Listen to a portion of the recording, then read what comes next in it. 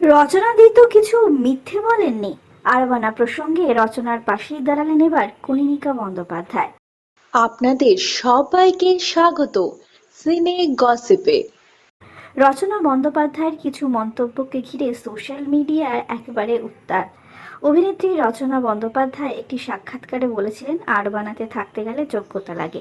আমি 7টি ল্যাঙ্গুয়েজে কাজ করেছি। আমি প্রথম অভিনেত্রী যিনি কলকাতা থেকে গিয়ে অমিতাভ বচ্চনের সঙ্গে কাজ করেছে। কিন্তু রচনার এই বক্তব্যকে ঘিরে ইন্ডাস্ট্রির কিছু তার সহকর্মীরাই তাকে ট্রোল করেছেন। বিভিন্ন বক্তব্য এসেছে তার এই মন্তব্যকে ঘিরে। এবার দেখা গেল অভিনেত্রী কনীনিকা বন্দ্যোপাধ্যায় উল্টো পথেই হাঁটলেন।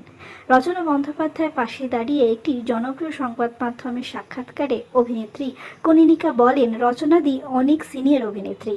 তার বলা কোনো কথা নিয়ে এভাবে ট্রোল করা উচিত নয় বলেই আমি মনে করি। ওর যোগ্যতা অনেকের থেকে অনেক বেশি। সোশ্যাল মিডিয়ায় অন্যকে ছোট করে কিছু মানুষ নিজেকে বড় দেখানোর চেষ্টা করে। উনি যা বলেছেন একদম ঠিক কথা বলেছেন। রাজনীতিতে আসার আগে থেকে উনি আরবানাতে থাকেন। উনি যথেষ্ট পরিশ্রম করে ওই জায়গায় দাঁড়িয়েছেন।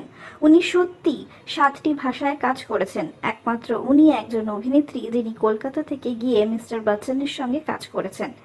এছাড়াও কনীনিকা বলেন, জয়া ভাদুরী বা শর্মিলা ঠাকুর বাঙালি হলেও তারা এখানকার মানুষ ছিলেন না। তারা সবাই মুম্বাইয়ের বাসিন্দা ছিলেন। বলিউডে কাজ করতেন, পরে কয়েকটা ছবিতে কাজ করেছেন বাংলায়। তাহলে এক্ষেত্রে রচনাদি যা বলেছেন ঠিক বলেছেন।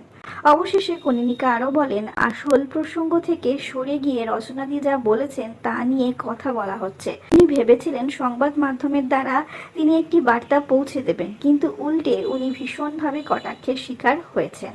কনীনিকার সঙ্গে আপনারাও কি সহমত? জানাতেই পারেন আপনাদের বক্তব্য কমেন্টের মাধ্যমে।